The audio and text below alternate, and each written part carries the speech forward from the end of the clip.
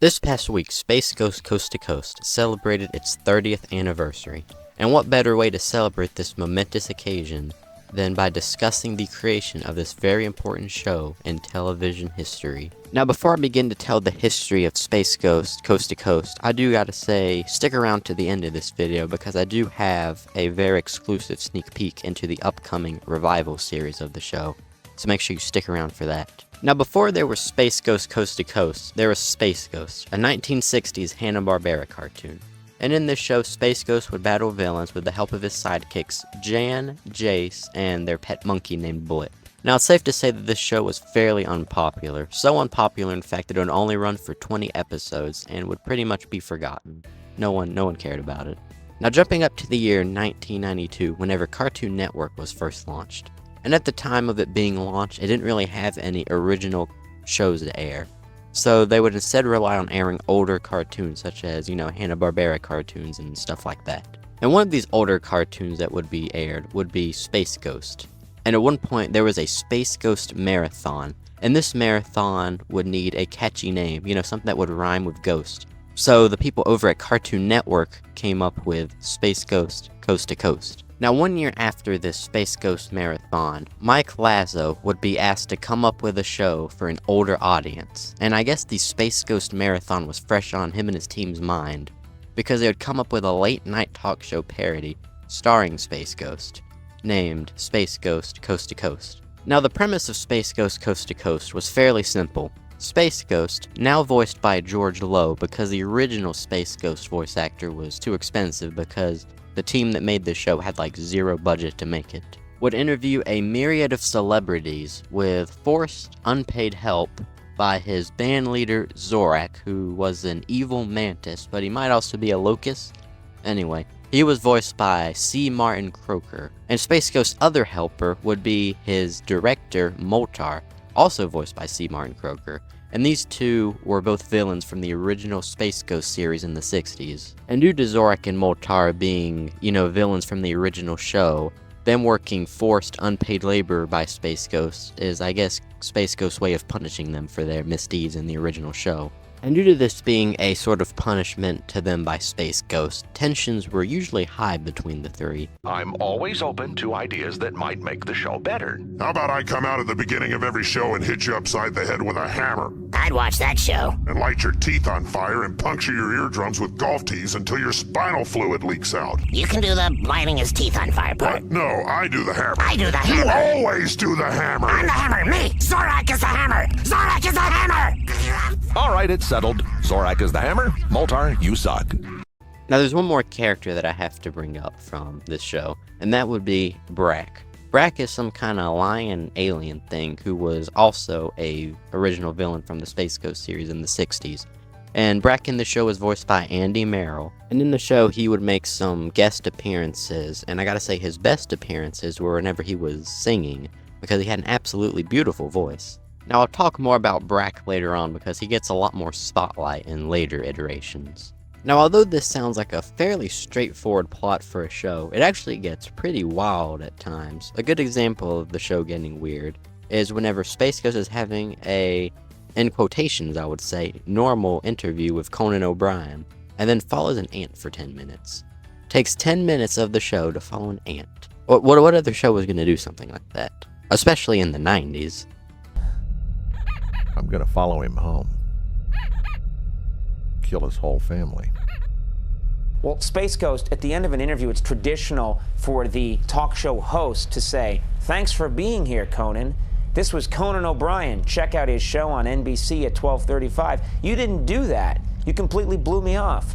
For all these people know, my show is a cop show on Fox or something. Thanks to you."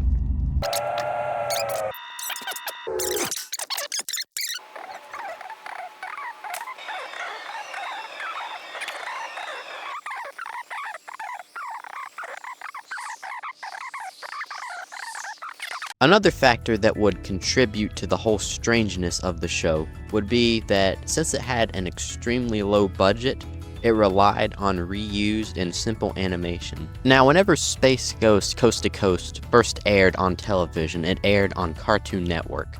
But in 2001, Space Ghost Coast to Coast would end its run on Cartoon Network and would instead appear on Cartoon Network's new Adult Swim block, which exclusively aired series aimed at a teen and adult audience.